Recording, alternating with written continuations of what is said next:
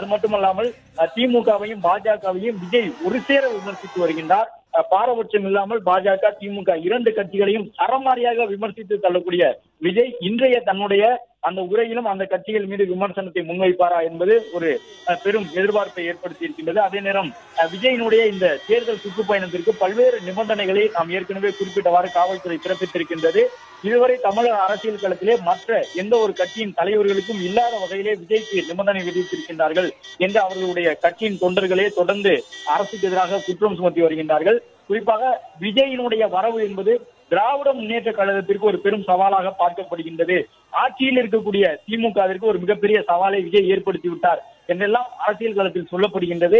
இதை திமுகவினர் ஏற்கின்றார்களா என்பது ஒரு பக்கம் அரசியல் விவாதமாக இருந்தாலும் கூட தற்பொழுது அரசு விதித்திருக்கக்கூடிய நிபந்தனைகள் கட்டுப்பாடுகள் என்பது விஜயினுடைய அரசியல் பயணத்தை ஒரு சவாலாக்கக்கூடிய விதமாக இருக்கின்றது என்பது அவருடைய தொண்டர்களின் கருத்தாக இருக்கின்றது. எனவே விஜய் வரக்கூடிய இந்த நொடியிலே அவருடைய ஆதரவாளர்கள் தொண்டர்கள் விஜயை பார்த்த உற்சாகத்தில் தொடர்ந்து அங்கு உற்சாகத்தோடு இருக்கக்கூடிய அந்த காட்சிகளை பார்க்கின்றோம்.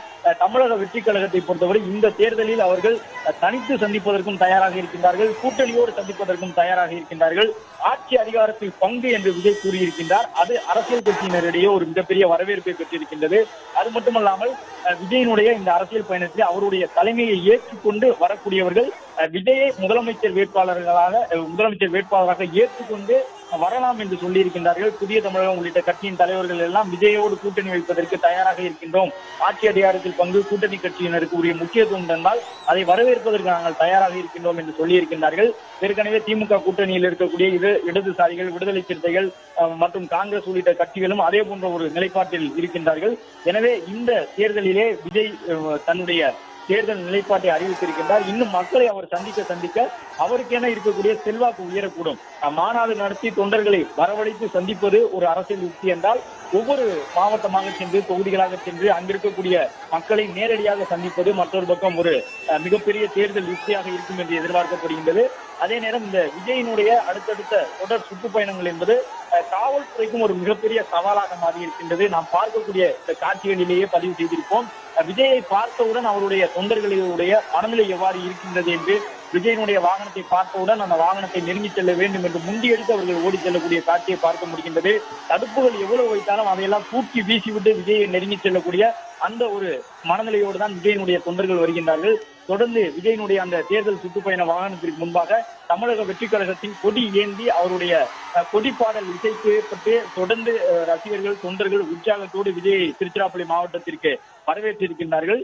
இன்று தன்னுடைய முதல் சுற்றுப்பயணத்தை விஜய் தொடங்குகின்றார். இதன் பிறகு ஒவ்வொரு வாரமும் சனிக்கிழமையிலே விஜய் சுற்றுப்பயணம் மேற்கொள்ள இருக்கின்றார்.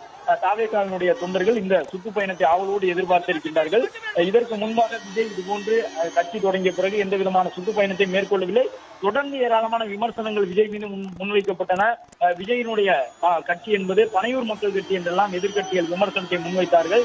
ஆனால் விஜய் வெளியில் வந்தால் அது எவ்வளவு பெரிய தாக்கத்தை ஏற்படுத்தும் என்பது திருச்சிராப்பள்ளி மாநகரில் இங்கு கண்கூடாக பார்க்க முடிகின்றது. இவ்வளவு ஏற்பாடுகளை செய்து காவல்துறை தங்களுடைய அனுமதிகளை வழங்கி நிபந்தனைகளை விதித்து இவ்வளவு தூரம் பாதுகாப்பு ஏற்பாடுகளை செய்த பிறகும் கூட விஜயினுடைய வருகை திருச்சிராப்பள்ளி மாநகரில் ஒரு மிகப்பெரிய கூட்டத்தை கூட்டி இருக்கின்றது. திருச்சியினுடைய சாலைகள் அனைத்துமே தற்பொழுது போக்குவரத்து நெரிசலோடு காணப்படுகின்றன. விஜய் பயணிக்கக்கூடிய பாலக்கரை சாலை மட்டுமல்ல, விஜய் உரை நிகழ்த்தக்கூடிய மரக்கடை பகுதி மட்டுமல்ல, ஒட்டுமொத்த திருச்சிராப்பள்ளி மாநகராட்சியினுடைய சாலைகளிலும் மக்கள் கூட்டம் காணப்படுகின்றது. தாவேகா தொண்டர்கள் செல்லக்கூடிய வாகனங்களை பார்க்க முடிகின்றது.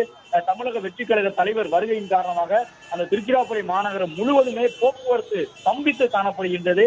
விஜய் வெளியில் வரவில்லை, விஜய் வீட்டை விட்டு வெளியில் வரவில்லை என்று விமர்சித்தவர்களுக்கெல்லாம் விஜய் வெளியில் வந்தால் அந்த மாநகரம் எவ்வளவு பெரிய மக்கள் கூட்டத்தை சந்திக்கும் என்பதை விஜய் கண்கூடாக காட்டியிருக்கின்றார். தன்னுடைய முதல் சுற்றுப்பயணத்தினுடைய முதல் கட்ட கூட்டத்திலேயே இவ்வளவு பெரிய கூட்டத்தை விஜய் கூட்டி இருக்கின்றார் என்பது தமிழக அரசியல் களத்தில் ஒரு முக்கியமான விஷயமாக பார்க்கப்படுகின்றது. ஏற்கனவே அரசியல் விமர்சகர்கள் விஜய் இரட்டை இலக்கத்திலே வாக்குகளை வாங்குவார் என்ற கருத்தை எல்லாம் சொல்ல ஆரம்பித்திருக்கின்றார்கள். விஜய் கட்சி தொடங்கும் பொழுது 6 என்றார்கள், அதன் பிறகு 12 என்றார்கள், இப்பொழுது 15க்கு மேலே வாங்குவதற்கான வாய்ப்பு இருக்கின்றதாக சொல்லுகின்றார்கள். தமிழகத்திலே 30% வாக்கு வங்கியை பதிவு செய்த கட்சிகளோ கூட்டணிகளோ ஆட்சி அமைத்தது உண்டு. அதுதான் ஆட்சி அமைப்பதற்கான ஒரு வாய்ப்பாகவும் இருக்கும். பிளே ஸ்டோர் மற்றும் ஆப் ஸ்டோரில் இருந்து பாலிமர் செயலியை QR கோடு மூலம் பதிவிறக்கம் செய்யுங்கள். செய்திகளை உடனுக்குடன் பெறுங்கள்.